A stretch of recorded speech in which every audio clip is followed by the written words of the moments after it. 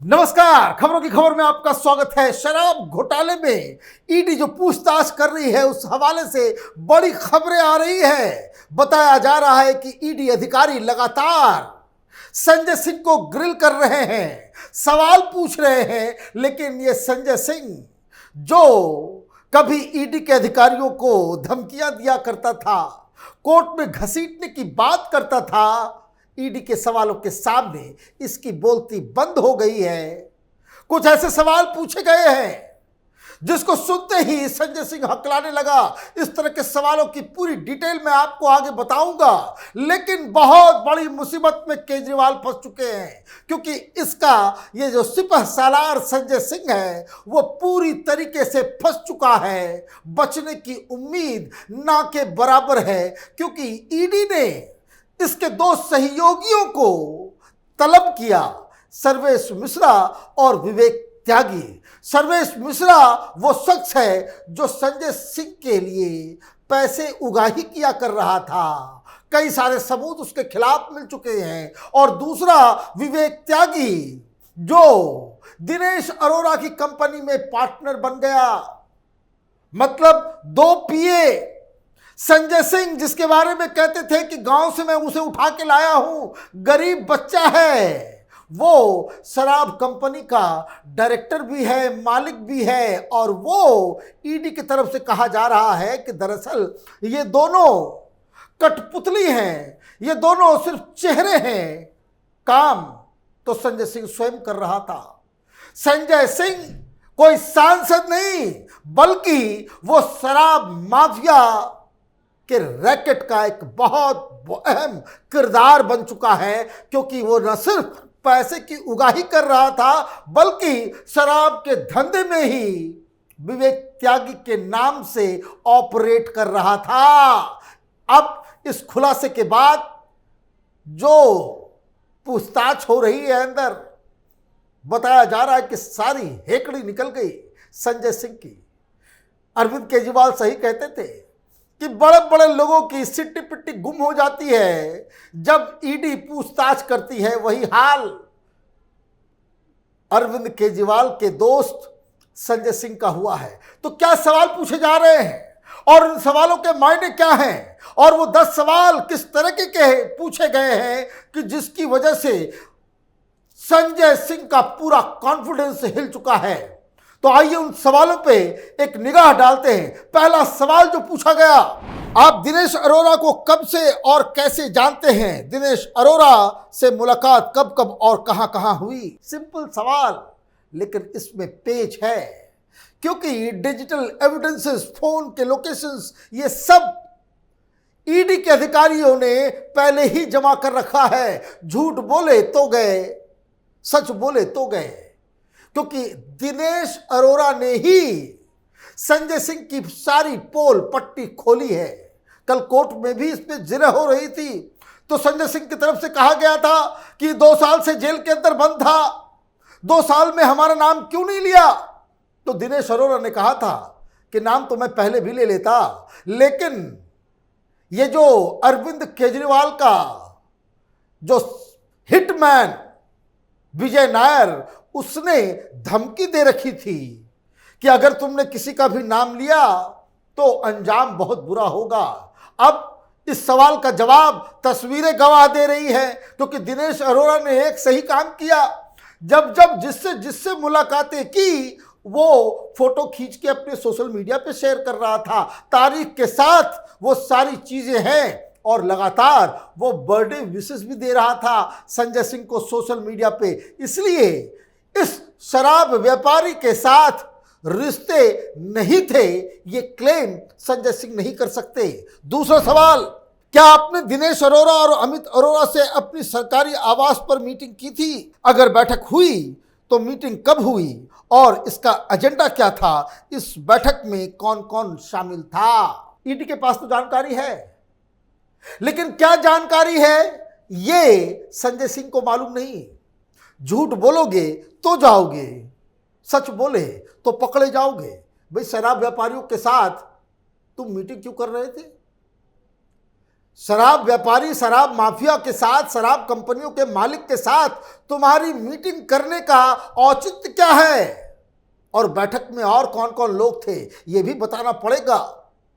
तीसरा सवाल, अमित अरोड़ा की पीतमपुरा की शराब की दुकान को ओखला ट्रांसफर कराने में आपकी भूमिका क्या थी? एक बहुत बड़ा आरोप दिनेश अरोड़ा ने लगाया कि भाई मेरी एक दुकान थी, एक बार था जिसे पीतमपुरा से ओखला वो शिफ्ट करना चाह रहा था, लेकिन फाइल मनीष सिसोदिया के पास फंसी हुई थी। अंततः क्या हुआ?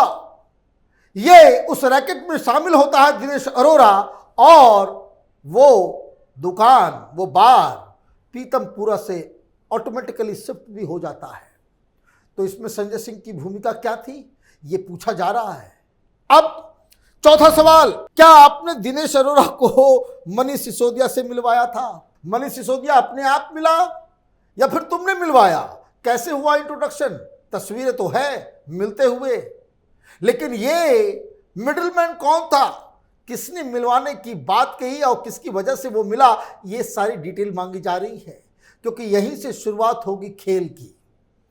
क्योंकि इसके बाद ही आरोप लगे कि मनीष सिसोदिया से मिलने के बाद दिनेश अरोड़ा दिल्ली के अलग अलग व्यापारियों से, शराब कारोबारियों से पैसे वसूलने लगा आम आदमी पार्टी के लिए। इसलिए पांचवा सवाल, क्या आपने रेस्टोरेंट मालिकों से पैसा इकट्ठा करने के लिए दिनेश अरोड़ा को कहा था? क्या आपके कहने पर 82 लाख रुपए का चेक दिया गया?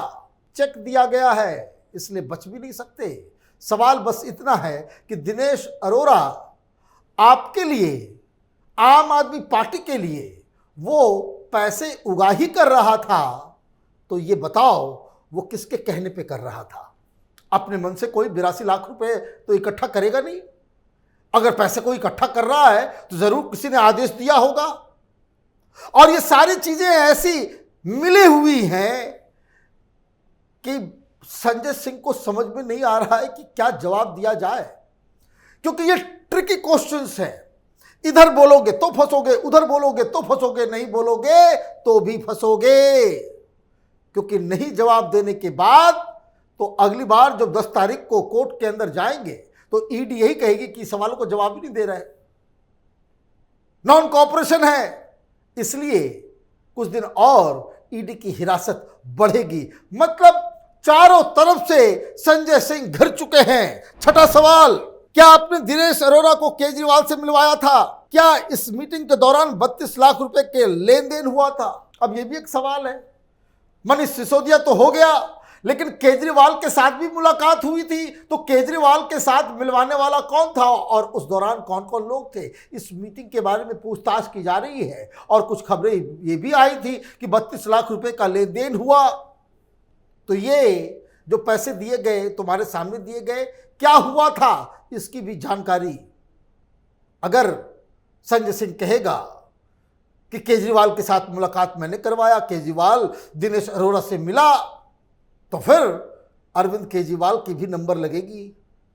नहीं बोला तो वो सबूत दिखाया जाएगा, मीटिंग की बातें बताई जाएगी। तो कहने का मतलब है कि यहां फिर संजय सिंह के फंसने का पूरा चांसेस नजर आ रहा है। सवाल नंबर 7, क्या दिनेश अरोड़ा ने आप तक 2 करोड़ रुपए पहुंचाए थे?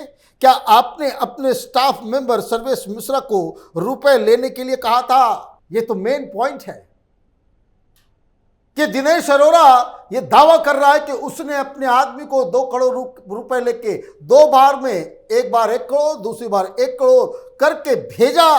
कहां? संजय सिंह के घर पे। सर्वेश मिश्रा ने उस डिलीवरी को लिया।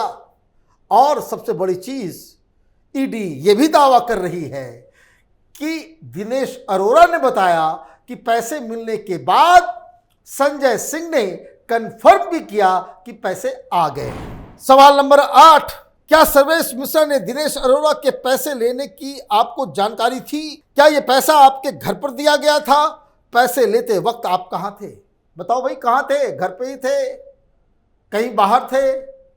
क्योंकि ईडी वाले तो कह रहे हैं कि जिस समय ये डिलीवरी हुई उस वक्त संजय सिंह उसी घर पे थे।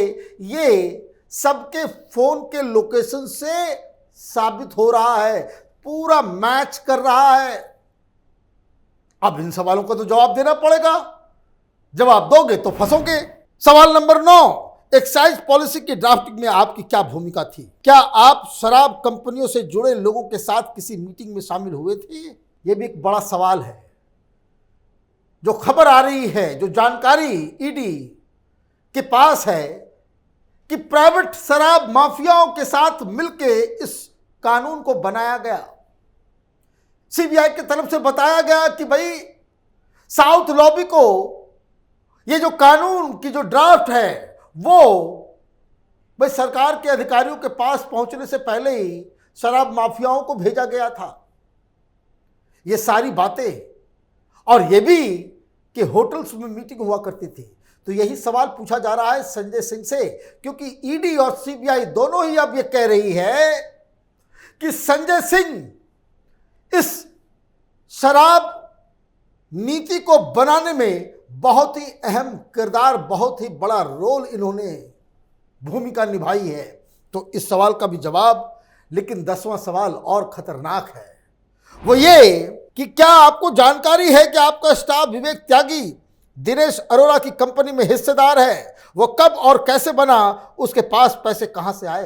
ये तुम्हारा स्टाफ है, तुम्हारा बैग लेके चलता है, तुम्हारी बाइट है कि जब इसको समन किया गया था तुमने कहा था कि तो गरीब लड़का है, लेकिन ये डायरेक्टर है, दिनेश अरोड़ा की कंपनी में हिस्सेदार है। तो ये क्यों, कब, कैसे बना, ये तमाम तरह की जानकारी।